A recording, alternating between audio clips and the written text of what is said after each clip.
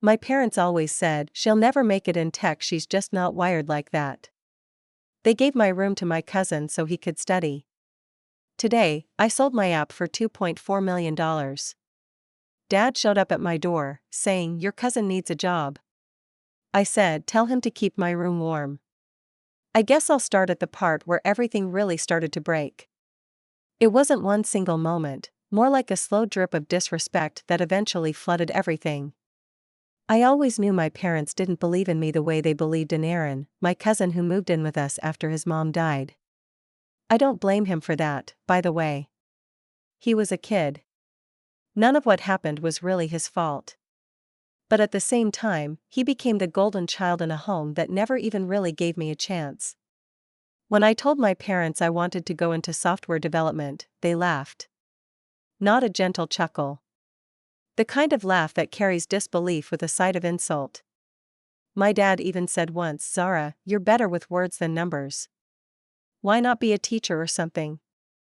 Mom said, "Sweetheart, tech is for people who are wired differently. You just aren't built that way." I was 16. And I believed them. For a while. But something in me kept pushing back. I saved up from tutoring and dog-sitting to buy my first used laptop. I stayed up late watching free tutorials on YouTube, reading forums on Stack Overflow, and trying to make sense of syntax and logic. Then, one summer, I came home from a part-time job to find my bedroom completely emptied. No one told me in advance. My desk, my books, my bedspread are gone. In its place were LSAT prep books, a new ergonomic chair, and Aaron's monogrammed mugs on my nightstand.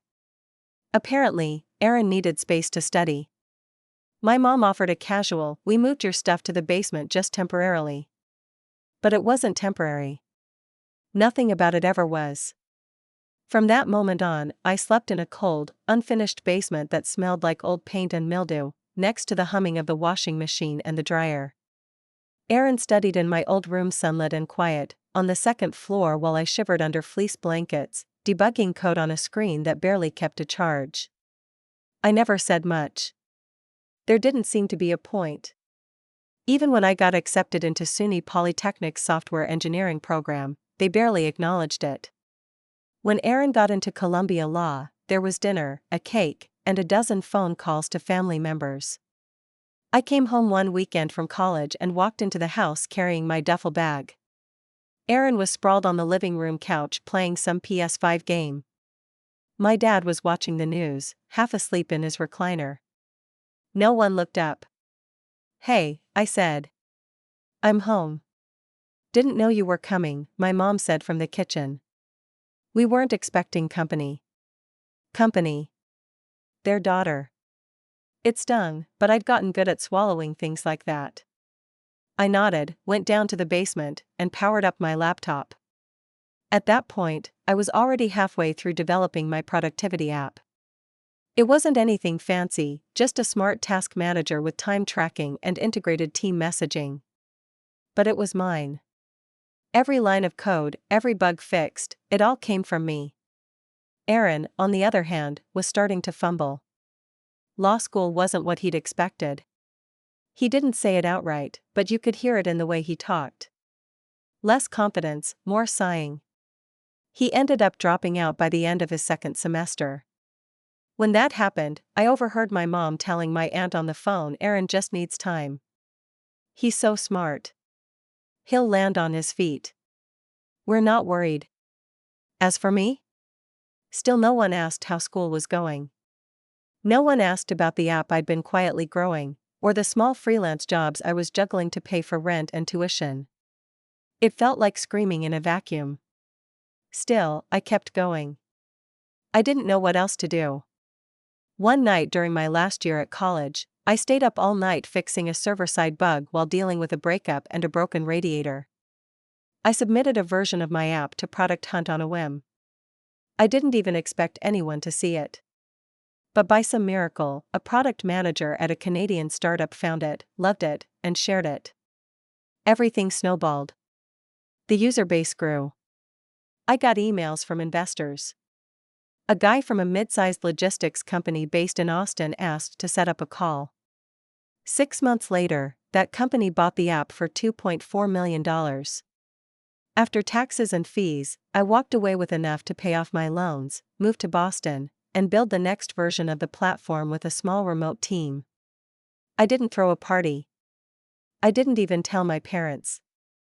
I didn't feel like they'd be proud. They didn't even know what I'd built. To them, I was probably still playing around with those little apps.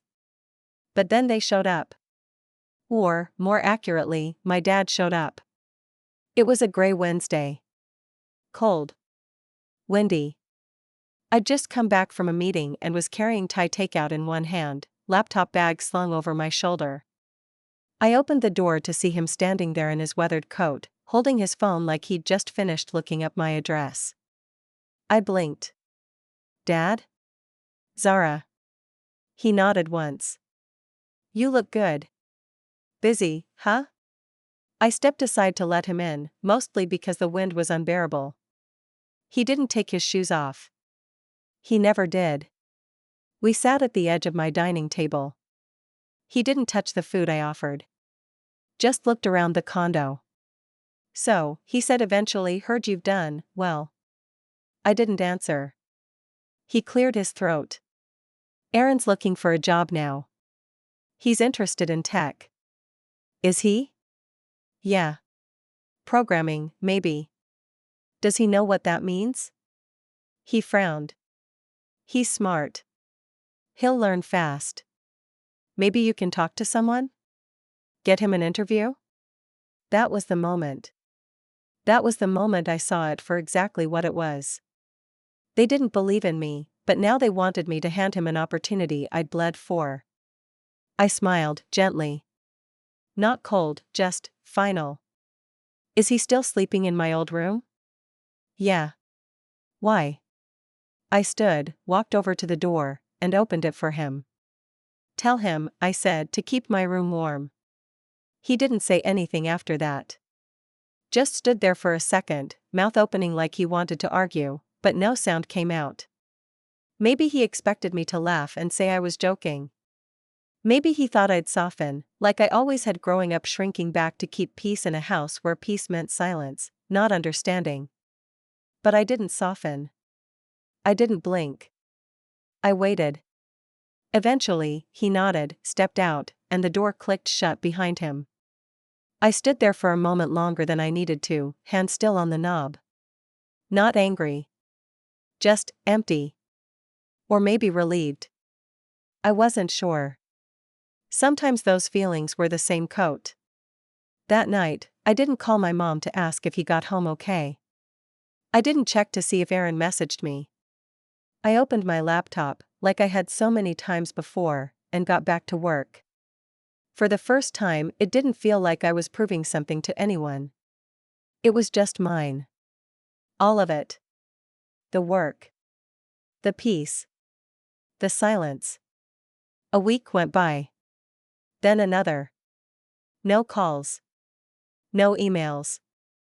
I thought maybe, just maybe, the message had sunk in. And then my mom called.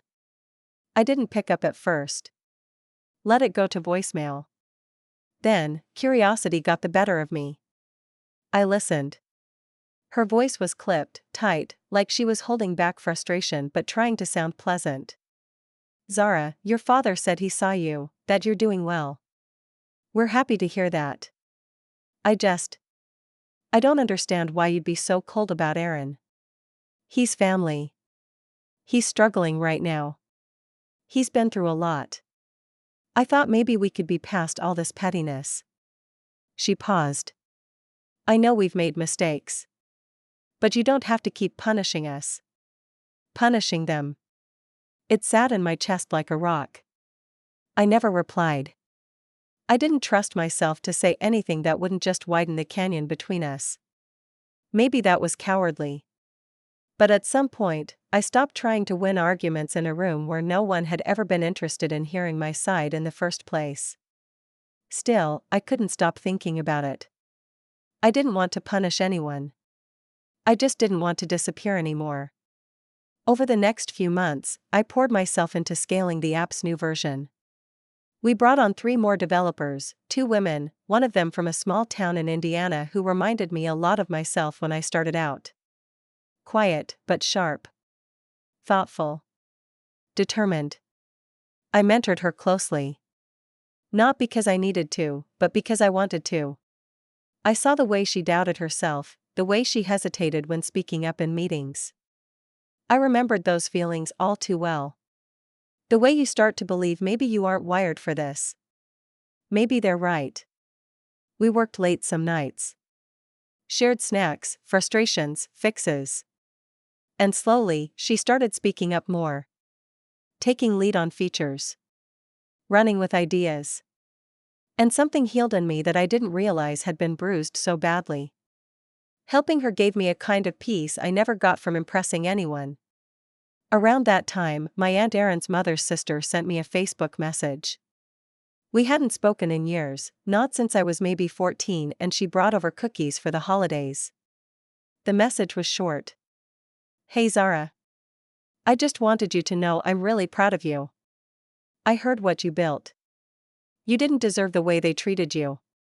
If you ever want to talk, I'm here. I stared at that message for a long time. I don't know how she heard about what happened. Maybe Erin complained to the wrong person. Or maybe she'd always known something wasn't quite right in that house. Still, it felt good.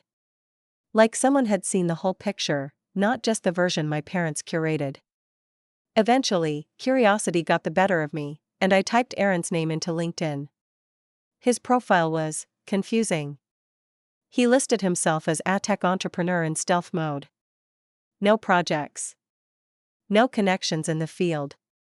Still had Columbia Law School, incomplete, undereducation. A few mutuals popped up. People I recognized from high school. One of them had commented on his post about starting something exciting soon. Maybe he was really trying. Or maybe it was just a show for appearances. Either way, I wasn't going to reach out.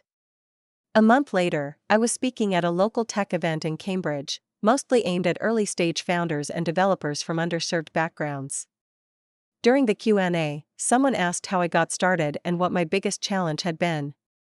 I said something I hadn't planned to say. I guess the hardest part wasn't learning to code. It was believing I had the right to try. The room got quiet for a second. In that way that means people are really listening. A few people nodded. Someone in the back raised their hand. How'd you start believing? I smiled. Alone, at first. And then with people who didn't see my limits, just my potential. It helped to walk away from the people who never thought I could. Later, I got an email from one of the attendees. A teenage girl whose school counselor told her tech might be too ambitious. She wrote, "I showed your talk to my mom." She cried. Then we signed up for Python lessons together. That did more for me than anything my parents ever could have said. Still, every so often, I'd hear updates through mutual friends. Erin was trying to start a consultancy with no clear services, just a website with a slick homepage and vague promises. Then, one day, my cousin Lena called me. Not Erin. Not my parents. Lena. She was always kind to me. Always listened. She didn't beat around the bush. Zara, I think your mom's sick. I felt the air leave the room. What do you mean? She hasn't said anything, but I saw her last week. She looked off. Pale. She barely spoke. I hadn't talked to her in almost a year. That cold weight returned to my chest. I think you should check in. If you want. I didn't answer right away. Part of me wanted to ignore it. Say it wasn't my responsibility. But another part one couldn't fully shut off still remembered the way my mom used to braid my hair when I was little, or how she cried the day I got lost in the supermarket when I was 6. People are complicated. They can fail you deeply and still be the ones who once held you when you were sick. The next day, I called. She picked up on the third ring. Zara, she said, voice soft. Weak. I didn't ask about Erin. I didn't ask what she needed. I just said, "Do you want me to come home?" There was a pause on the other end of the line after I asked if she wanted me to come home. Then she said, "Yes." Just that. One syllable, soft and tired. But it felt like something cracked open. I booked a train to Albany for the following day. I didn't tell anyone else I was coming, not even Lena. I didn't want to make it a thing. I didn't know what I was walking into. The whole ride there, I stared out the window, watching as city blur gave way to woods and sleepy towns. It was late October, everything in that middle place between color and decay. Golden leaves clinging to branches, others already dark and rotting on the ground. It felt fitting. I hadn't been back in almost 2 years. Pulling into the neighborhood was surreal. The same dented mailbox. Same cracked driveway. But it all looked smaller now. Like the house had shrunk while I'd been gone. I stood at the door for a full minute before knocking. She opened it. She looked older. Frilier. Her skin had lost its usual color. And she didn't move with that crisp, purposeful step she always had. She looked uncertain. "Hi," I said. "Come in." She stepped aside. The house smelled the same. Lemon cleaner and something faintly floral. But there were signs of neglect: dust on the baseboards, the carpet not quite vacuumed, mail stacked unevenly on the dining room table. Aaron wasn't home. Thank God. She led me to the kitchen. "Sit slowly, like every joint hurts." I sat across from her. We didn't speak for a minute. Then she reached for the tea kettle and tried to pour us both a cup, but her hand trembled slightly. I moved to take it from her. "I got it," I said. She nodded, not resisting. When I brought her the tea, she just looked at it for a moment before speaking. "It's not cancer. They're still running tests, but the doctor thinks it might be something autoimmune." I didn't know what to say to that. So I just listened. She took a breath. Looked at me, really looked, for the first time in a long time. "You look, well." "I am." Another pause. "I heard about the app. And the sale. Your father said, he told me you were cold to him." I said nothing. "He said you told him to tell Aaron to keep your room warm." Still, I said nothing. A ghost of a smile crossed her face. It was a good line. That surprised me. She took a sip of her tea, her hand steadier now. "I've been thinking a lot, Zara. About the choices I made. About what I let happen in this house." That was the closest thing to an apology I'd ever gotten. She didn't cry. She didn't beg for forgiveness. She just sat there, hands wrapped around a chipped mug, finally naming the thing that had lived between us for years like a silent roommate. "I was scared for you," she said, quietly. "Not because I didn't think you were smart. But because I didn't understand the world you were trying to walk into. I didn't know how to support you, so I told myself it wasn't real. That it wouldn't work. That way, if you failed, I wouldn't feel guilty for not helping." I stared at her. She looked exhausted. "But honestly, I failed you," she added. "You didn't imagine it." I took a long breath. Something heavy loosened in my chest, something I didn't even know I was still carrying. "Thank you," I said. She nodded. Then looked out the kitchen window like she was bracing herself for something. "Aaron, he's not doing well either. I think he thought things would be easier." I didn't respond. "He still resents you." I looked down at my tea. "Because he had everything and still couldn't make it work?" I said. She didn't argue. Just said, "I think he knows it, deep down." We sat in silence for a long time after that. Eventually, I asked where Dad was. "Hardware store," she said. "He's been trying to fix the gutter. Keeps avoiding the doctor's calls." That sounded about right. I helped her up to the living room. She needed to rest. I tucked a blanket around her and made sure her medications were within reach. And then I went downstairs. To the basement. The cot was gone. In its place was a single twin bed with wrinkled sheets, a desk with a cracked monitor, and an unopened coding book on the floor. I sat down on the edge of the bed. The air was still cold. Still smelled faintly of dust and detergent. But I wasn't the same girl anymore. I walked back upstairs and started cleaning quietly, methodically. I didn't know if I was staying the night or just passing through, but it felt like something worth doing. Around 6 o'clock, the front door opened. I heard footsteps. Keys hitting the table. Then my dad's voice. "Nora?" I got the he stopped when he saw me in the hallway, holding a bag of trash.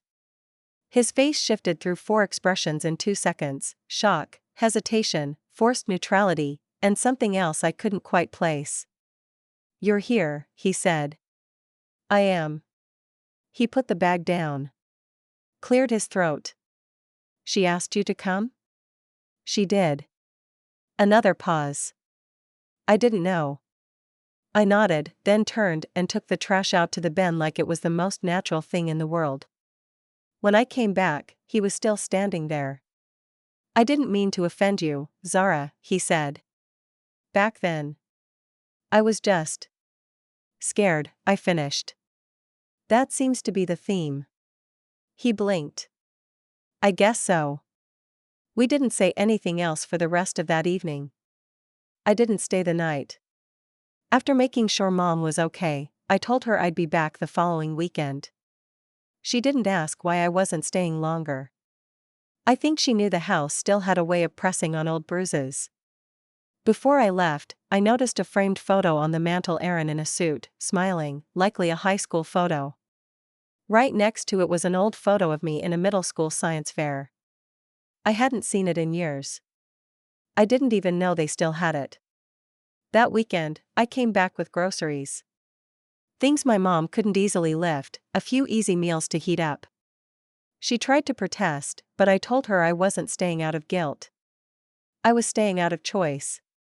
It made a difference. We settled into a rhythm. I visited once a week. Helped clean, talked, even cooked on occasion.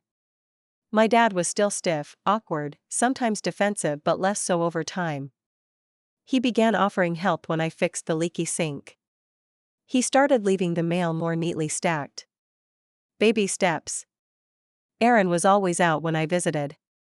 Whether it was intentional or not, I didn't know. I didn't ask. But one day, I ran into him in the driveway. It was a Sunday. I had come earlier than usual and parked on the street.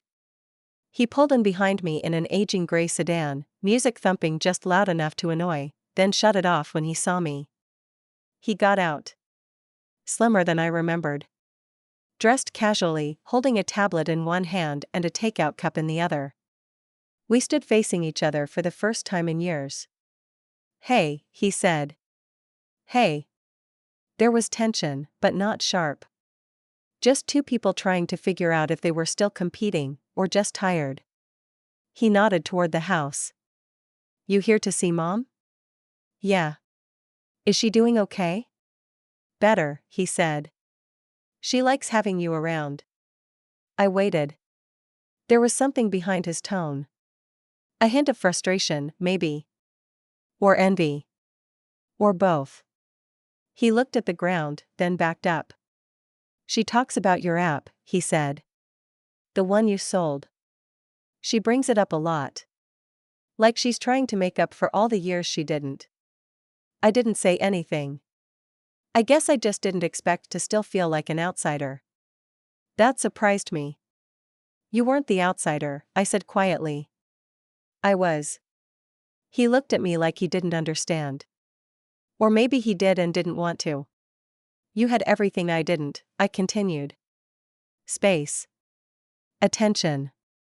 Belief. They gave you my room, Erin." He opened his mouth to defend himself, but then closed it again. "I didn't ask for your room," he said instead. "No," I said. "But you didn't give it back either." That landed. He looked down. "I didn't know how hard it was for you.